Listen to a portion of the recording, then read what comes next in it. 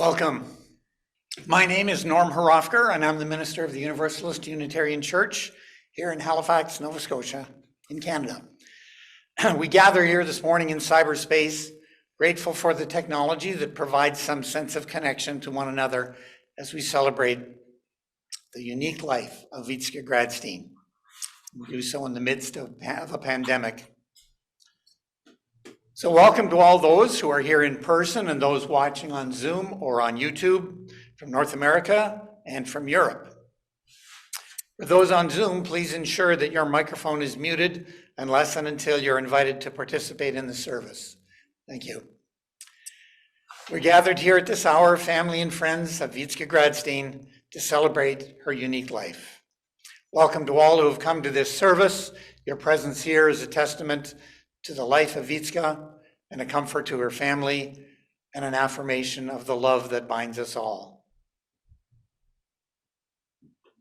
I'll mention this again at the end of the service, but at the end of the service, if you'd like to stay online, we'll take a 5-minute break and then people can chat. And I think we have quite a few people participating in the service, but we'll try to manage that chat afterwards. And now I ask that each of you check that your microphones are in fact muted. Thank you.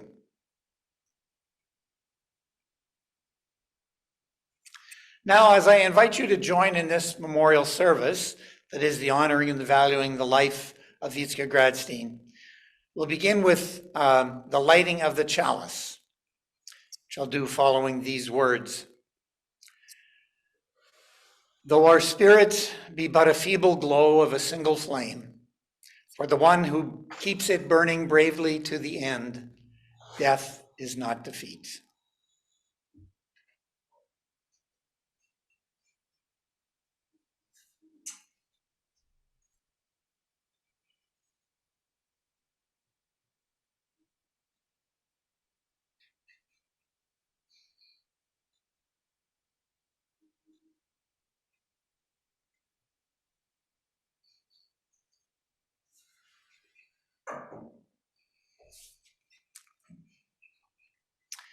We are very fortunate to have a special musician with us this morning, and I invite Janica, Wietske's daughter, to introduce our musician before she plays the prelude. Thank you, Norman, and thank you everyone for being here. Mom had one request for this memorial, which was that we invite Hillary Brown to play at it, and I'm really happy that Hillary was able to be here with us to play for us. At her request. And what Hillary's going to play for us first is by Bach, Prelude from Suite Number 1 in G major. Thank you.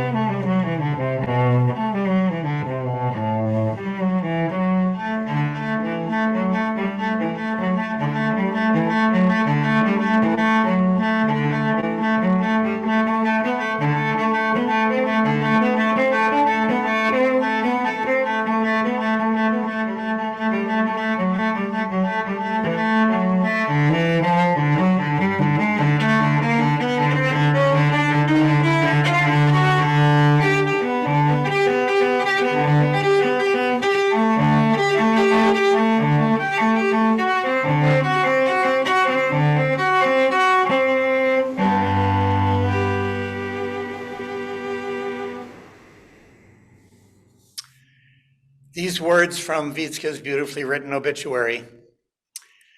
Wietske Rutten was born on April 22nd, 1947 in Amsterdam. She was the second youngest of 5 children of biologist and translator Titia Wietske Gradstein and geologist Professor Martin Gerard Rutten. She grew up in post-war Holland in a family dedicated to science and education, nature, and music, values that she carried to her last days. In 1970, she married Felix. They finished their education, she her master's of biology, he a PhD in geology, and then emigrated to Canada. They lived first in Calgary and then soon moved to Bedford, Nova Scotia, where they raised their 2 daughters, Jannica and Rodka. Eventually, Wietske and Felix parted ways, but not before taking many geological field trips and adventurous camping expeditions all over Europe, to Nepal, and more locally, in their sailboats. As we gather this morning, there are 2 different communities represented here, with only a little overlap, I think. The first, of course, is Wietske's family, with relatives in Canada and throughout Europe. The second is the community of the congregation, which she joined in 1992, 30 years ago. So this morning we have 2 separate slideshows that allow us to see Wietske in each of those settings. I invite you to relax. Allow yourself to be drawn into the pictures representing a lifetime. And as you do, I hope that you cannot avoid thinking how short a lifetime is, including your own. This may be the most profound part of the service. Wietske's daughter Rodka assembled a number of photos of Wietske from a collection of family photos. Before we watch this together, these words. In one sense, there is no death. The life of a soul on earth lasts beyond its departure. You will always feel that life touching yours, that voice speaking to you, that spirit looking out of your eyes, talking to you with the familiar things that she touched, worked with, loved as familiar friends. Wietske lives on in your life and in the life of all those that knew her.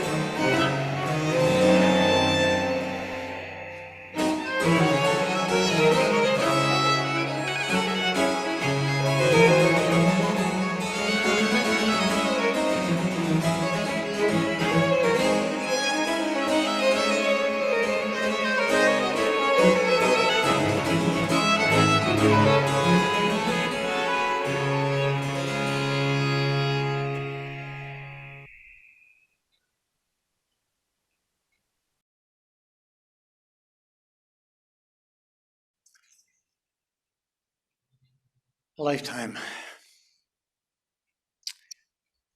Many of us here in the congregation in Halifax only knew Wietske after she lost her ability to walk due to multiple sclerosis.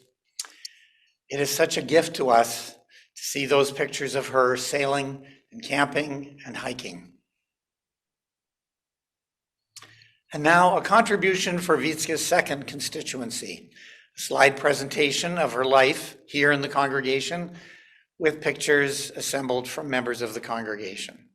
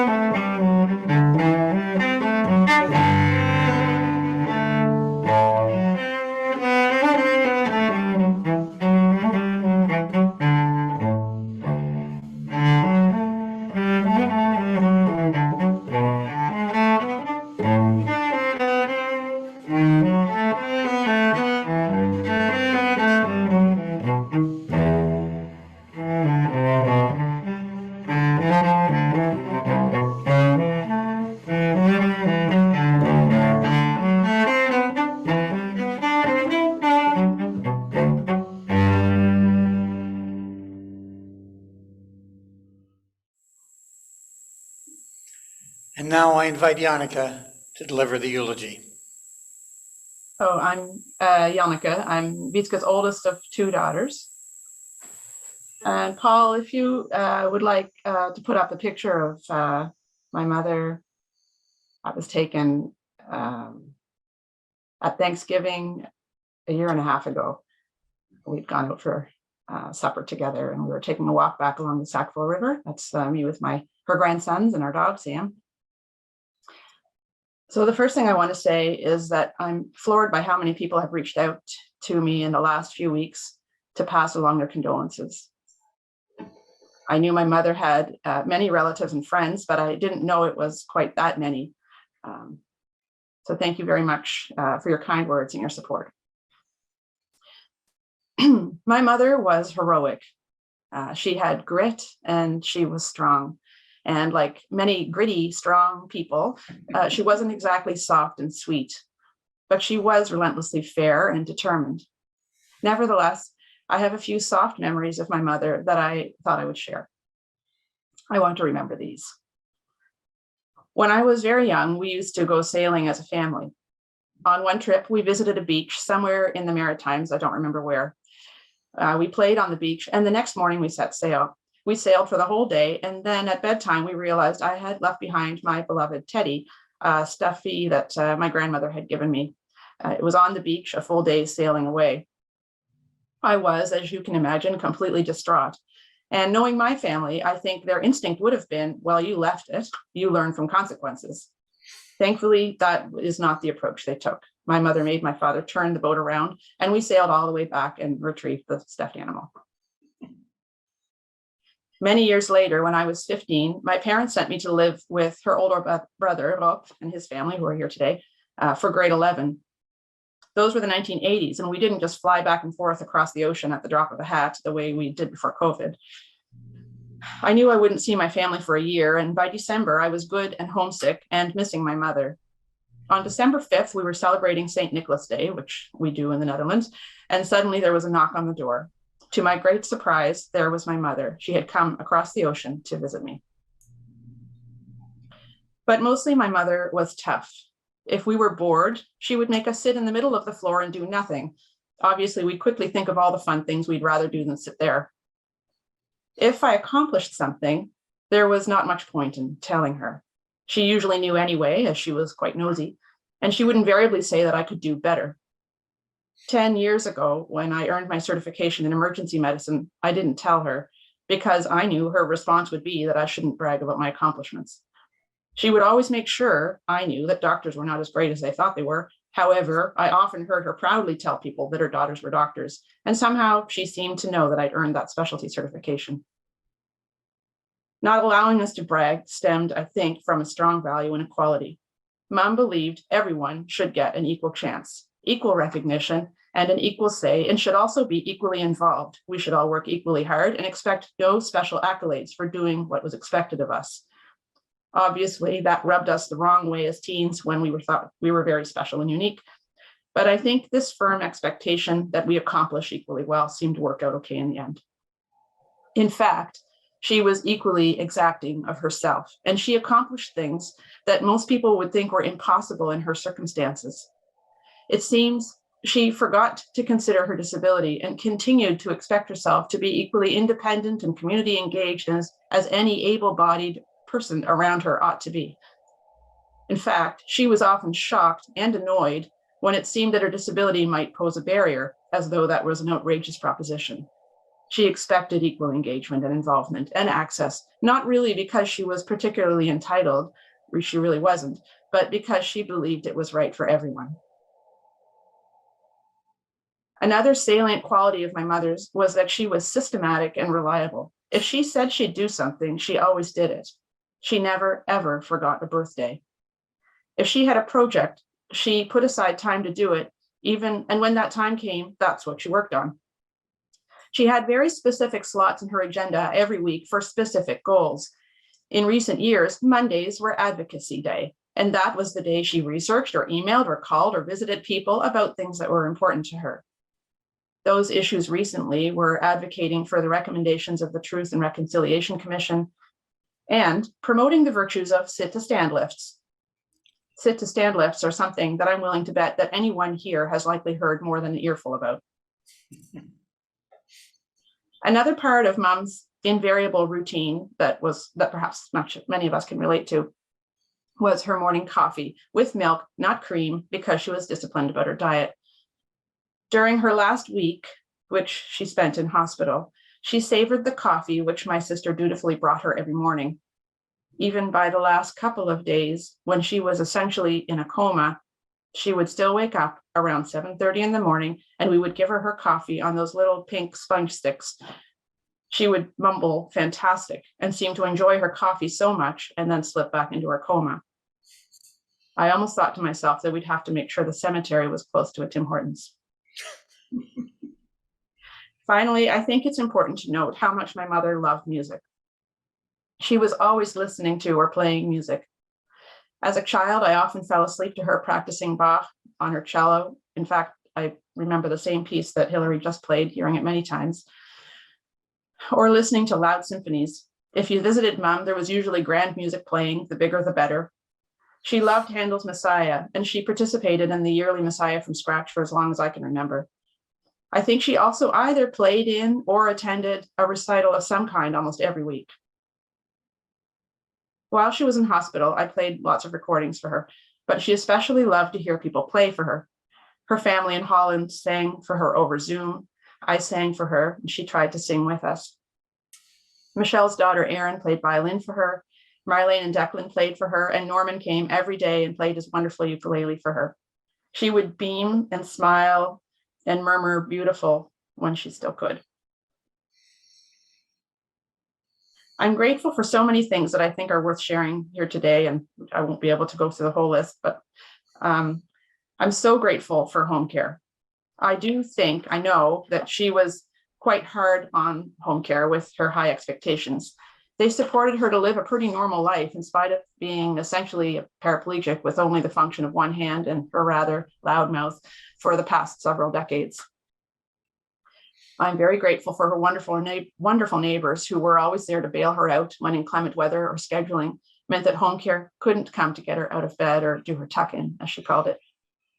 I'm also very grateful for Stephen, her friend and handyman. Stephen always came when she called, and he traveled with her repeatedly to Holland, to Quebec, to go to Camac, to California, and he took her on innumerable car trips around the province. Stephen gave her the independence she craved, and he also brought the patience of Job, something I certainly struggled with when trying to meet my mother's exacting care requirements. I'm also so grateful for my talented and wise aunts and uncles, my sister and cousins and family and many friends whose company she loved and looked forward to on any and every occasion. But today I'm most grateful for my mother. Mom, thank you for giving it your all. Thank you for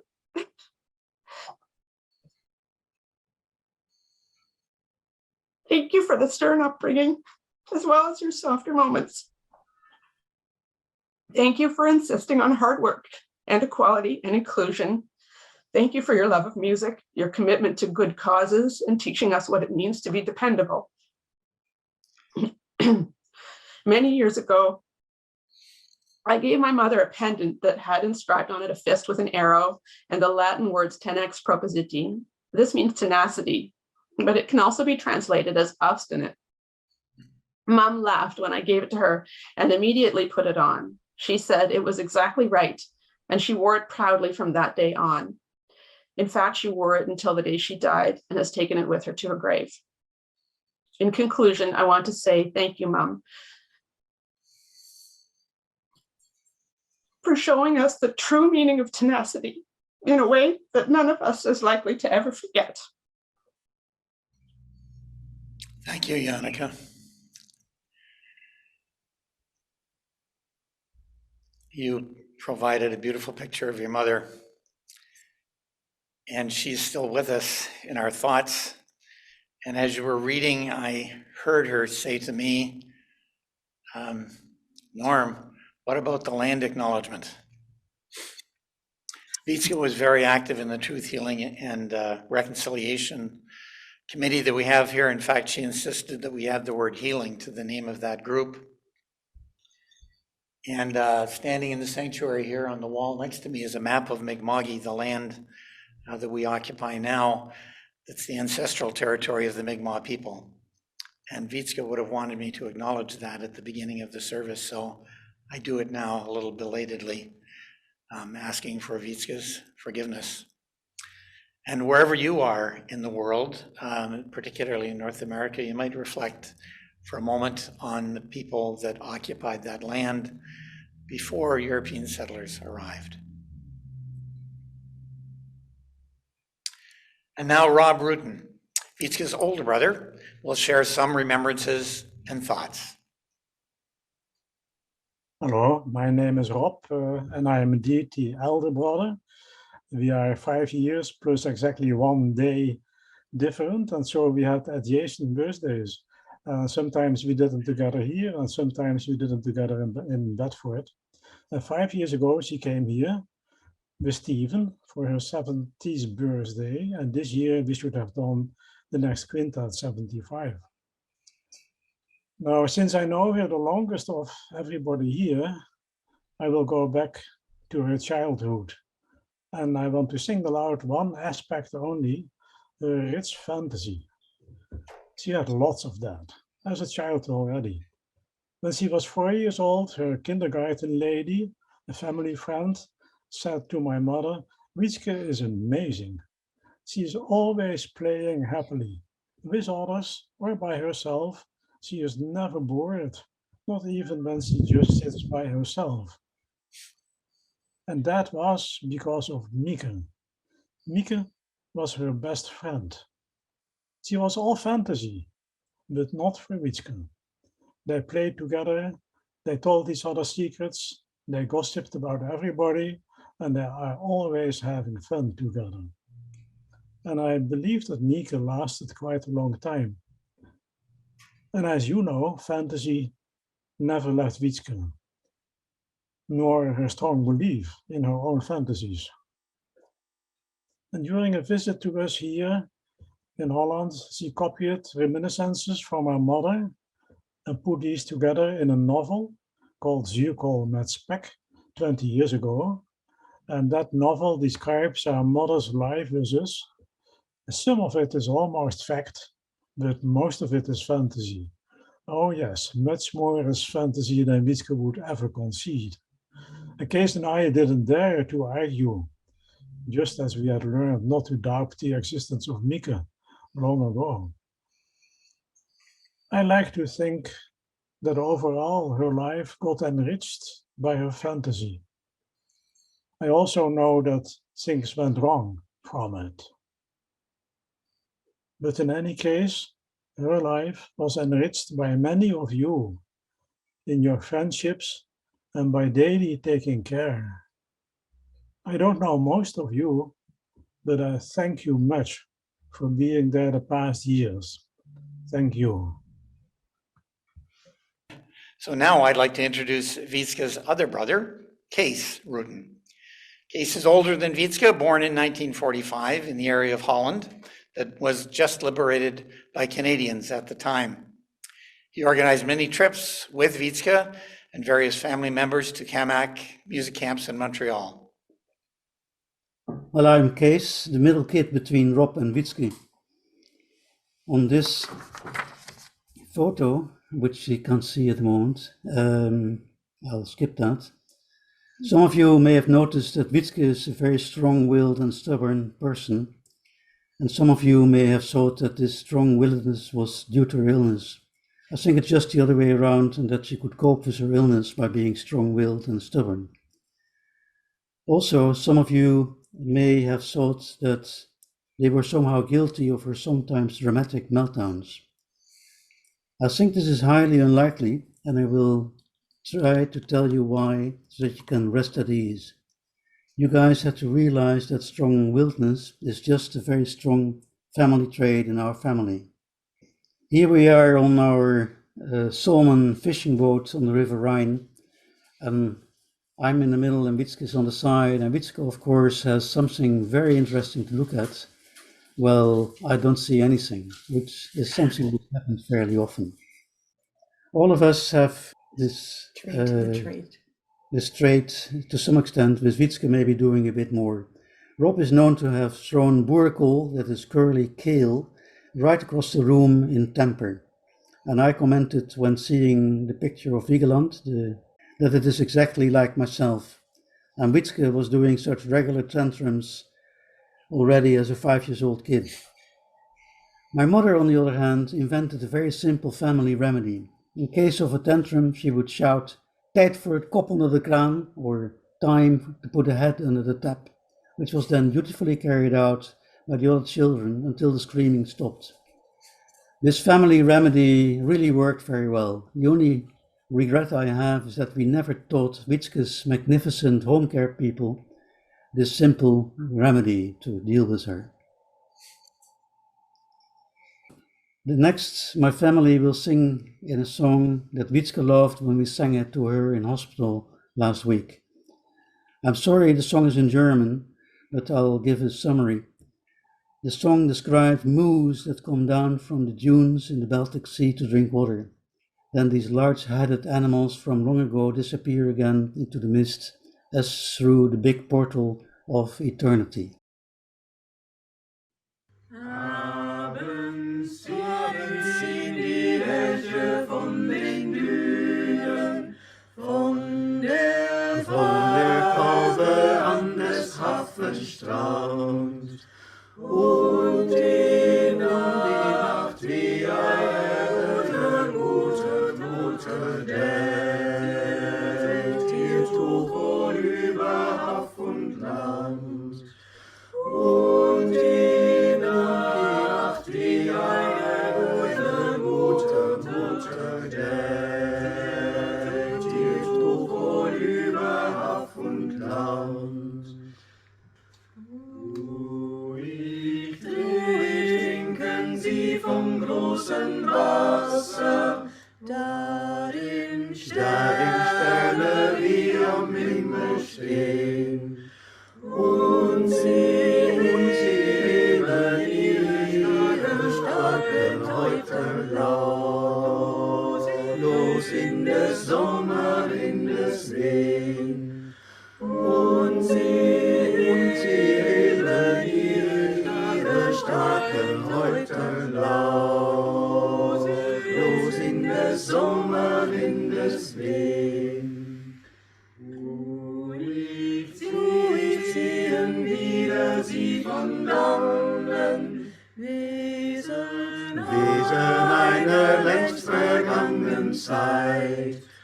Und sie schwimmen in der Ferne Nebel wie im großen Tor der Ewigkeit. Und sie schwimmen in der Ferne Nebel wie im großen Tor der Ewigkeit. Absolutely beautiful. Thank you so much on behalf of everyone who's watching this service. That was wonderful. So I know that many of you here have a memory of Wietske that is stirring in your heart. And I also know that there's over 80 people attending this service online, which is quite amazing. We will have, if someone specifically would like to speak, I think we're going to try and allow 1 or 2 people to speak. But if not, at the end of the service, when we have our coffee hour, we'll do our best to allow people to share memories of Wietske.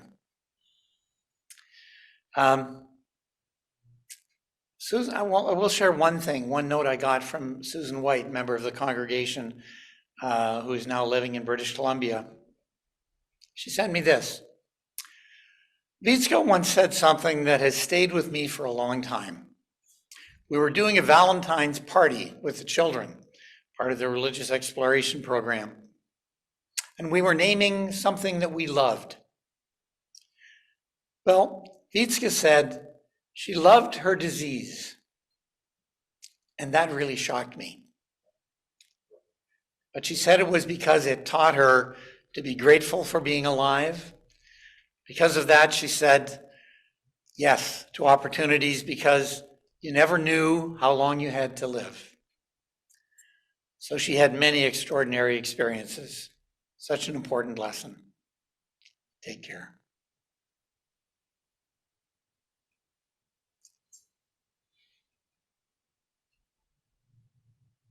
I think for logistic purposes, I'm going to leave other comments from members of the congregation to the coffee hour. I hope you'll excuse me for changing my mind midstream. But I do have something else to share. Perhaps you noticed that several pictures in the slide presentation showed Wietske enjoying the deck on the back of our church.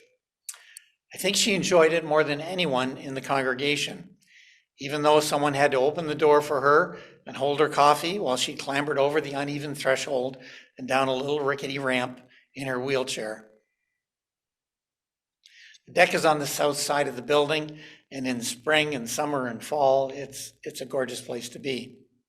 Here's a picture of Wietske on the deck with the congregation, and she was front and center. That old deck is no longer safe to use, and the congregation has undertaken a project to replace it. Wietske enthusiastically joined the team to design a new deck, and her input was invaluable. The new deck will be fully accessible with an automatic door leading from the ballroom and a ramp leading down to our beautiful backyard. We will shortly be launching a fundraising campaign to raise about $20,000 required to complete that project. The new deck will be amazing, or as Wietske would say, fantastic. And our board will be meeting soon to consider a proposal that we name the deck in Wietske's honor. In her final days in the hospital, Janneke and Wietske were able to talk about what Wietske would like as a cause to be supported in her memory. And the deck was the result. If you'd like to contribute to this project in Wietske's memory, you're invited to make a donation to the Wietske Gradstein deck, and you'll receive a tax receipt, at least those living in Canada. You can contact Marilyn, our treasurer, or me, the minister of the church, and anyone in the family can probably refer you to either Marilyn or myself.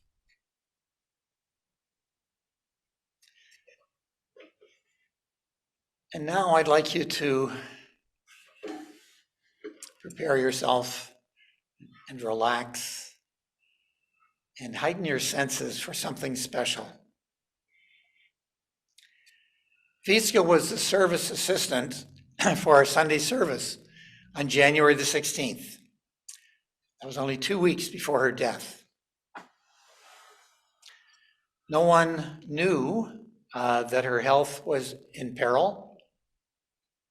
At least if Wietske knew, she wasn't telling anyone. And she read for us a poem that I'd like to share. I'd like to share that moment with you now. I will not die an unlived life. I will not live in fear of failing or catching fire. I choose to inhabit my days, to allow my living to open me,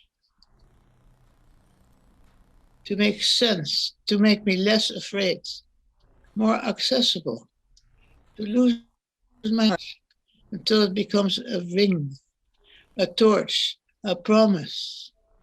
I choose to risk my significance, to live so that which comes to me as seed goes to the next as blossom, and that which came to me as blossom goes on as fruit.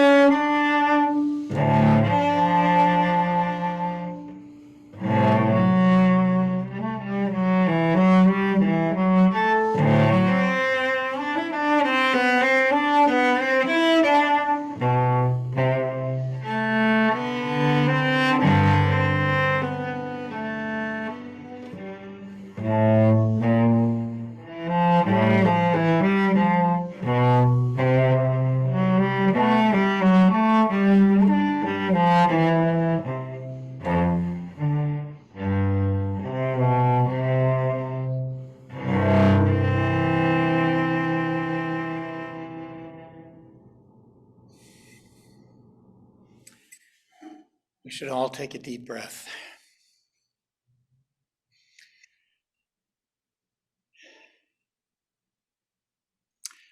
Before I extinguish the chalice here in the sanctuary, I bring you these words written by Oliver Sacks, neurologist and author, when he learned that he had incurable cancer. He wrote, "There will be no one like us when we are gone, but then there is no one like anyone else ever. When people die, they cannot be replaced. They leave holes that cannot be filled. For it's the fate, the genetic, the neural fate, that every human being be a unique individual, to find their own path, to live their own life, to die their own death. But my predominant feeling is one of gratitude. I have loved and been loved. I have been given much, and I have given something in return. Above all, I've been a sentient being, a thinking animal on this beautiful planet, and that in itself has been an enormous privilege and adventure."